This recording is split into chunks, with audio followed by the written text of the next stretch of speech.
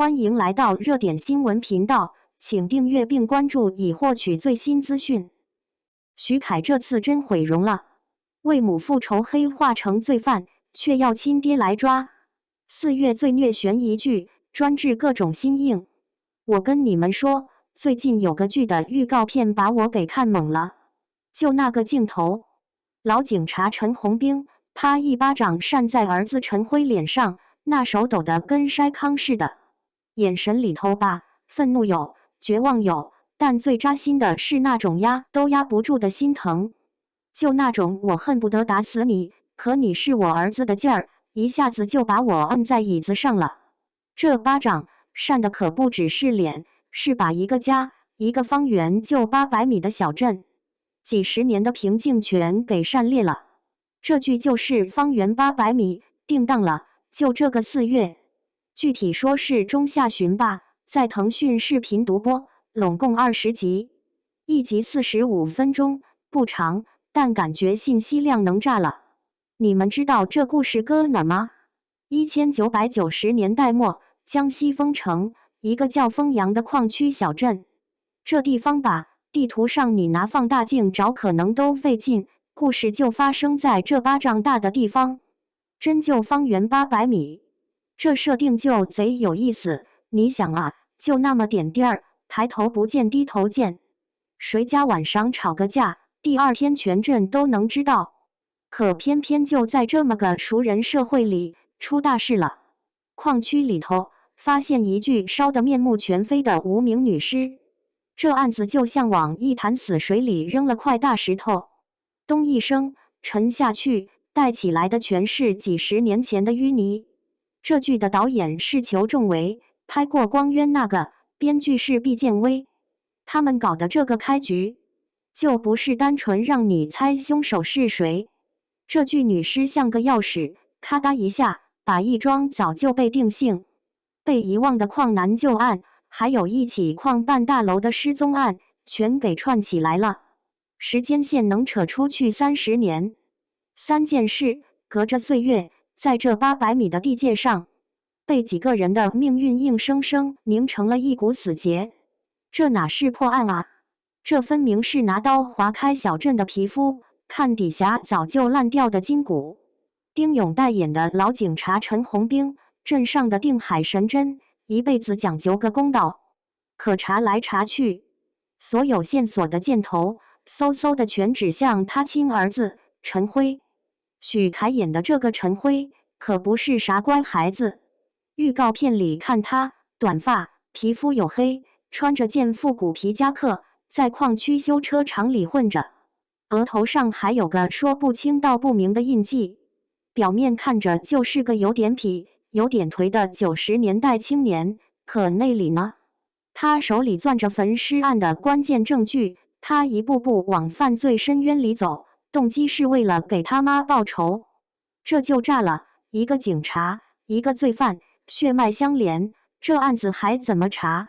我看了好多物料，丁勇岱这次演的绝了，他不再是那种脸谱化的正义化身，他演的这个父亲心里头藏着事，可能多年前为了护犊子私藏过什么要命的东西，一边是穿了半辈子的警服代表的法理，一边是流着同样血的儿子代表的亲情。这人的被撕成什么样？预告片里他有个镜头，独自一人坐在那儿，眼泪就在眼眶里打转，没掉下来，但那种被钉在十字架上的痛苦，隔着屏幕都能砸到你心里。这警察当的太憋屈，也太真实了。再说徐凯，这回真是豁出去了，告别了以前那些古装美男的形象，直接往糙里整。他演的陈辉是个复杂的悲剧人物，你说他坏吧，他为母复仇，有他的执念和痛苦；你说他好吧，他确实在犯罪。他和父亲之间那种关系太微妙了，有对抗，有试探，有那种儿子对父亲权威本能的反叛，也有血脉压制下的一丝畏惧。网上有人管这叫猫鼠父子，太贴切了。父亲是猫，要抓老鼠是天职，儿子是鼠，为了生存不得不躲。可这猫鼠是亲父子，这追逃游戏玩起来，每一步都踩在心尖上。还有个关键人物，邓恩熙演的高松阁，陈辉的女朋友。这姑娘看着清纯柔弱，对吧？但她的身份才是柯雷。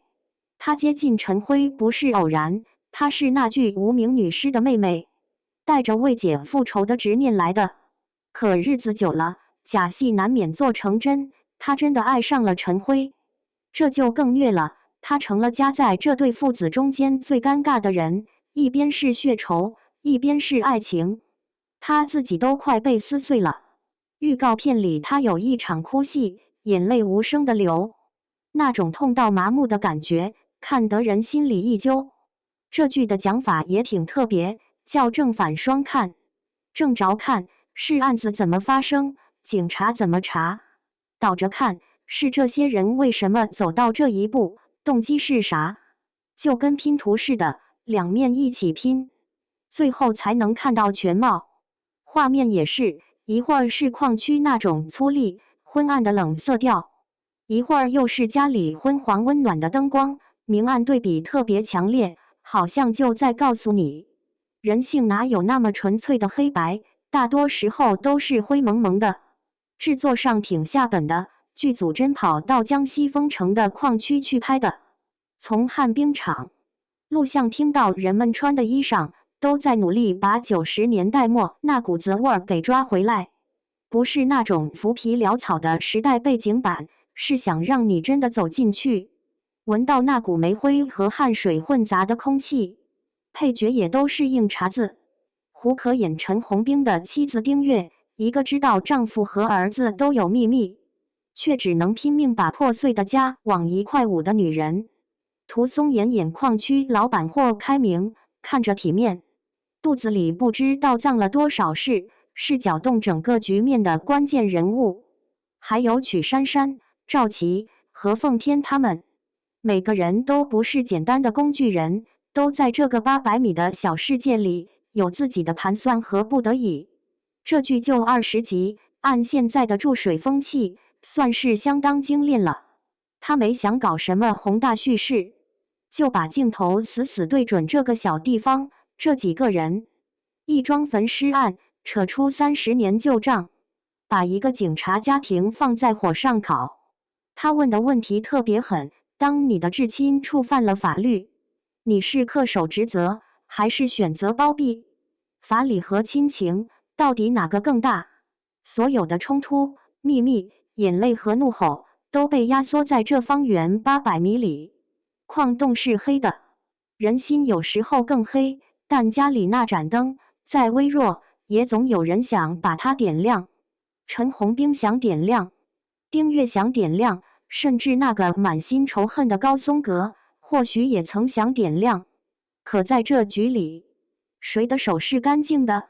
谁的心里没藏着点见不得光的东西？对了，这剧的人物还有颜色代号，挺有意思的。陈辉是红色，危险；陈红兵是蓝绿色，希望与正义；高松阁是金色，对未来的憧憬。可当红色和蓝绿色撞在一起，是湮灭，还是调和出另一种更复杂的颜色？当金色被复仇的阴影笼罩，还能发出光吗？说到底，方圆800米想讲的，可能不是一个多么离奇的罪案故事，它就是把一群人扔进一个极端的环境里，看他们在命运的重压下，怎么挣扎，怎么选择，怎么相爱，又怎么互相伤害。他把人性里最不堪，也最柔软的那部分，血淋淋地摊开给你看。所以，等到4月这部剧真的播了，咱们看的可能不只是谁杀了人，谁犯了罪，咱们看的是每一个在生活这个方圆800米里被亲情、爱情、责任、秘密困住，不得不做出选择的我们自己。那么问题来了，如果换作是你，站在陈红兵的位置上，一边是毕生信仰的正义和法律，一边是骨肉相连的儿子，你会怎么选？这个选择真的有对错吗？